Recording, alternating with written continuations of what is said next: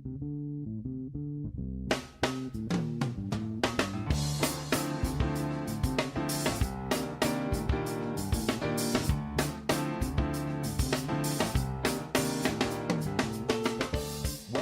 America's Commercial Real Estate Show, your source for market intel, forecasts, and strategies. Hello, I'm Michael Bull. Thank you for being with us. This segment is brought to you by Commercial Agent Success. Check it out for the ultimate and commercial real estate agent training. Write down this website. It's commercialagentsuccess.com. Well, we have a special show for you. Every year, Integra Realty Resources puts out a report called Viewpoint. It was 2021 this year. It's called Viewpoint. They've been doing it for 28 years, and it's a great publication. Please welcome my guest. It's Anthony Graziano. He is CEO of Integra Realty Resources. Tony, thanks for being here again. Good morning, Michael. Appreciate you being here in Atlanta in Studio One again. I'm happy to be back. I'm happy to be back in the studio. I'm happy I got to put a tie on. I got to put some pants on. It's fantastic. We are wearing pants. Yes, we are. Yes, we are. And that's a good thing. Well, this report, you guys have been doing it for 28 years. Tell us a little bit about how you put this together and what you're trying to do here. Sure. So Integra Realty Resources has 60 offices around the United States. Primarily, our focus is appraisal, consulting, market studies. We do a lot of consulting work, obviously, and so we take all of our offices, we aggregate that information through the course of the year, we make forecasts, and for the last 3 or 4 years, as you know, we've been using Hugh Kelly, a noted economist out of New York City, to help us analyze the data and put together some forecasts for the coming year and to analyze the economic information in the context of the United States economy and real estate economy. That's great, and a lot of our audience knows Hugh Kelly because we've had him on the show several times over the years. Well, let's start with the overall economy. And everybody knows that COVID's kind of wrecked a lot of it, and there's a lot of negativity around that. But there's also some positive and bright spots, right? Sure. I mean, look, I think one of the big takeaways, and one of the things we'll be parsing for years about how we navigated COVID, was really the amount of stimulus that was put out this year and likely going to continue to be put out under a Biden administration. I think that's had a huge impact, positive impact overall in letting the economy catch a hold. In the intro to Viewpoints this year, I write the CEO the opening letter. I talk about it in terms of trying to catch the sword. Right, we have the sword of Damocles hanging over our head, and the question is, how do we catch it? And so this stimulus was a big part of being able to catch hold. Yeah, and I love the overall report. Do not like the catching sword knife analogy. I've never ever liked that. But great job on this report. Thank you. So also there's some other positives, right? We have 3 vaccines rolling. Yeah, I mean, I've said again in the opening, imagine the nature of what investment would look like if we were sitting here at the end of the year and did not have any hope that the vaccines were coming. At least we are in production and in inoculation mode, and we're starting, which has been very positive, I think, for the market, and certainly reflected in investor sentiment going into the fourth quarter and heading into the first quarter of 21.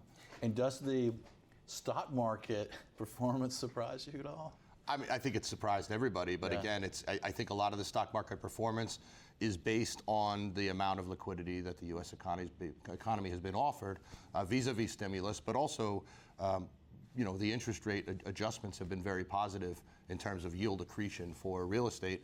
And it was intentional, right? I mean, the Fed understood that in lowering interest rates, that was going to push liquidity into the market, not only in real estate, for business lending and otherwise. And those levers that they pulled really sort of helped us catch hold a little bit quicker than we otherwise would have. I think if that immediate action hadn't been taken, things would have been much more dire at this juncture, even with promise of the vaccine coming out.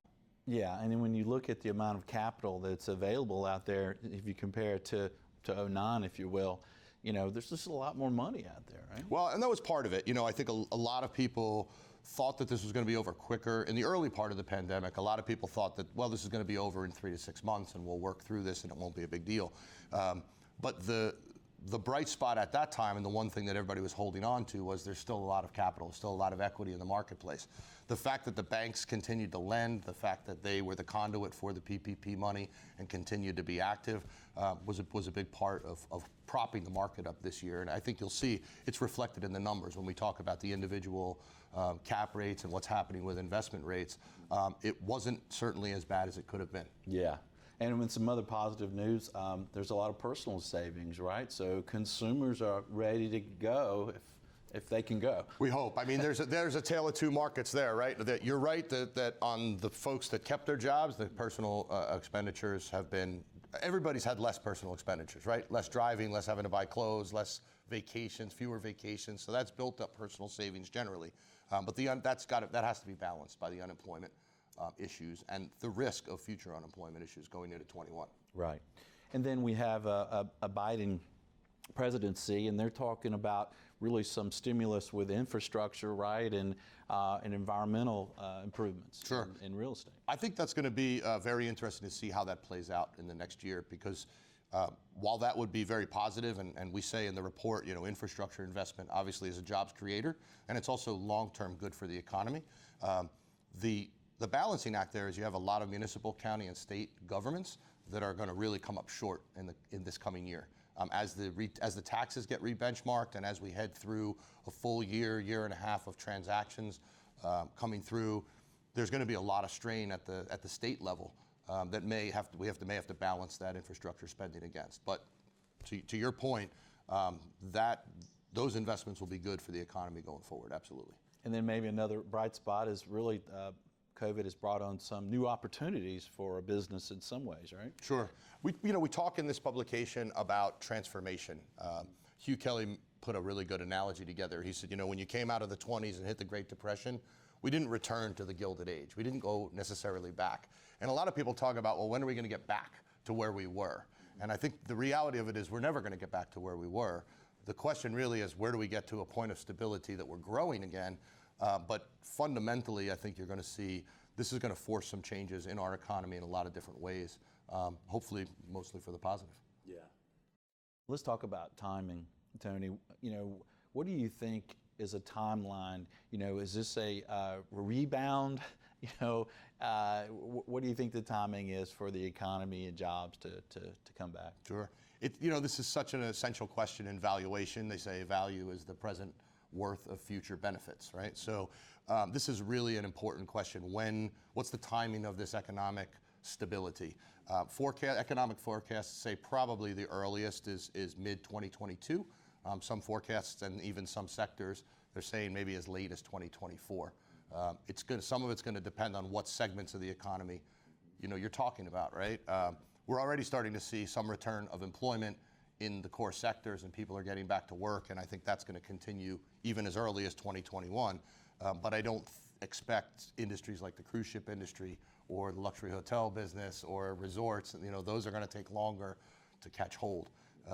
But in terms of GDP output and stability, the normal base metrics that we look at, in a good case, that's probably mid-2022. Okay. And as you mentioned before, low interest rates have really helped us get through this time. What do you expect for rates moving forward? I think the consensus opinion is that rates will have to stay low through 21 and into 22. It'll be I don't think we'll start to see a movement in rates until we start to see A, inflation, and B, a return of GDP where everybody can get comfortable, where the Fed gets comfortable that it'll be time to start moving rates up. Yeah. They started, and then we hit the coronavirus pandemic. Within a year and a half of them starting to inch rates up, the coronavirus pandemic came along and forced them to bring it back to zero. Well, availability of financing really has an impact on commercial real estate values. What do you expect moving forward there? Again, I think the amount, we talked about the amount of capital in the marketplace, right? There's still a tremendous amount of private equity capital that's been shifting to debt funds. So even there was some backstop if the banks weren't lending. But we're expecting, broad access to capital. The question is ultimately, is it going to be at a cost relative to the value of the assets? What's the cost of that capital? Right now, you see in the multifamily sector that cap rates have actually been, very stable. Well, the reason for that is that the spread between on the debt costs has been great. So you're getting great leverage, and so that's kind of held the cap rates down. As the cost of capital starts to go up, then we're going to have to balance that against the cap rates, and those investment rates will start to change over the next year and a half, I would expect. Okay. In the next segment, I'm going to ask you to touch briefly on each sector and give us some thoughts there from Viewpoint 2021. But before we do that, I want to ask you, as an appraiser with doing business all over the country, how is it to do appraisals today? I guess some people are struggling with, well, how do you value the future value of something ahead of you in this kind of time frame? Yeah, it's been a challenge. We started this conversation as a company and then with our other appraisal colleagues in the major companies throughout the U.S. How do you predict this, right? It is very much something that we had to deal with. But I will say that we agreed early that the best way to handle this appraisal problem was to just be interviewing and talking to people all the time. The more people, the more input we have, the more understanding of what buyers are thinking and sellers are thinking. We can look at the economic numbers. What we don't have that we normally have is all of this transaction evidence, right? So the question was, how do you forecast that? But we did a lot of research, we did a lot of interviews, and we're constantly talking to a lot of people about how the values are unfolding and how price is unfolding. Yeah. Well, you did it with me. You came in here and you didn't ask me about my family or my personal life. You said, Michael, what's going on in the office? What's going on in the business? All right, we're going to take a short break. When we get back, I'm going to ask Tony about some highlights in each sector, what to expect moving forward. So stay with us. I'm Michael Bull. This is America's Commercial Real Estate Show.